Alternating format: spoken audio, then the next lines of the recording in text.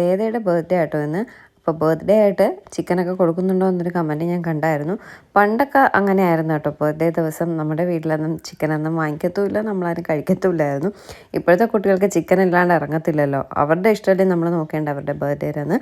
അപ്പോൾ വേദയ്ക്ക് ചിക്കനും കാര്യങ്ങളൊക്കെ ഇഷ്ടമായത് കൊണ്ടാണ് വാങ്ങിച്ചതെന്നല്ല. വേദയ്ക്ക് ഫുഡ് പോയിസൺ അടിച്ചിട്ട് വേദയ്ക്ക് ഇതൊന്നും കഴിക്കാൻ പറ്റത്തില്ല. പിന്നെ നമ്മളും എല്ലാവരും ഒക്കെ ഉള്ളത് കൊണ്ട് ചിക്കനല്ല ബീഫാട്ടോ വാങ്ങിയത്. വേദയ്ക്ക് ഡോക്ടർ നോൺ വെജ് ഒന്നും കൊടുക്കണ്ടെന്ന് പറഞ്ഞിട്ടുണ്ടായിരുന്നു. അതുകൊണ്ട് വേദ ബീഫിനോടും വലിയ താല്പര്യമില്ല. ചിക്കനൊക്കെയാണ് കഴിക്കുന്നത്.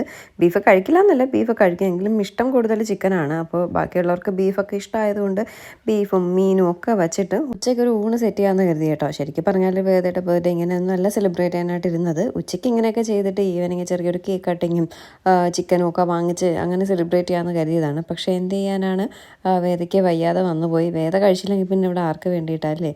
എല്ലാവരും ഒക്കെ ഉണ്ട് കേട്ടോ. ബർത്ത്ഡേ സെലിബ്രേറ്റ് ചെയ്യുന്നില്ല എന്നാണ് കരുതിയത്. വേദയ്ക്ക് വയ്യാത്തത് കൊണ്ട്, വേദയുടെ വയ്യായിക ഉള്ളത് കൊണ്ട് എല്ലാവരും വേദയെ കാണാൻ വന്നതാണ്.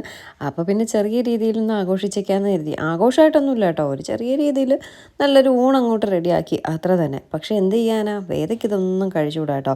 വേദയുടെ ഡോക്ടർ തൈരോ പുളിശ്ശേരിയോ പച്ചടിയോ അങ്ങനെയൊക്കെ ഉള്ളത് കഴിക്കാൻ പറഞ്ഞു.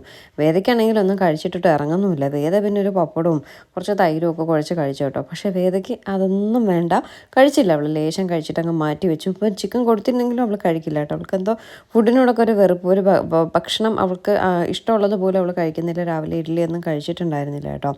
അങ്ങനെ എല്ലാവരും ഒക്കെ ഊണ് കഴിക്കാനായിട്ട് ഇരുന്നു. ചോറുണ്ടായിരുന്നു, മീൻകറി ഉണ്ടായിരുന്നു, കപ്പ ഉണ്ടായിരുന്നു, ബീഫ് ഉണ്ടായിരുന്നു, മീൻ വറുത്തതുണ്ടായിരുന്നു, തോരനുണ്ടായിരുന്നു, മെഴുക്കുവരട്ടി ഉണ്ടായിരുന്നു, ഉണക്കച്ചെമ്മീൻ തോരനുണ്ടായിരുന്നു, മുളക് പൊടിച്ചതുണ്ടായിരുന്നു, പിന്നെ പായസം ഉണ്ടായിരുന്നു, പഴം ഉണ്ടായിരുന്നു, പപ്പടം ഉണ്ടായിരുന്നു, അച്ചാറുണ്ടായിരുന്നു, കപ്പ ഇളക്കുകയും ചെയ്തു പുഴുങ്ങുകയും ചെയ്തു കേട്ടോ. അങ്ങനെ രണ്ട് കൂട്ടത്തിൽ കഴിക്കുന്നവരുടെ ഉണ്ട്. അപ്പോൾ രണ്ട് കൂട്ടർക്കും കഴിക്കാനുള്ള രീതിയിൽ ഇളക്കുകയും കറി വയ്ക്കുകയൊക്കെ ചെയ്തായിരുന്നേ. അങ്ങനെ എല്ലാം കൂട്ടി എല്ലാവരും കൂടി നന്നായിട്ട് ഭക്ഷണം എല്ലാം കഴിച്ചു.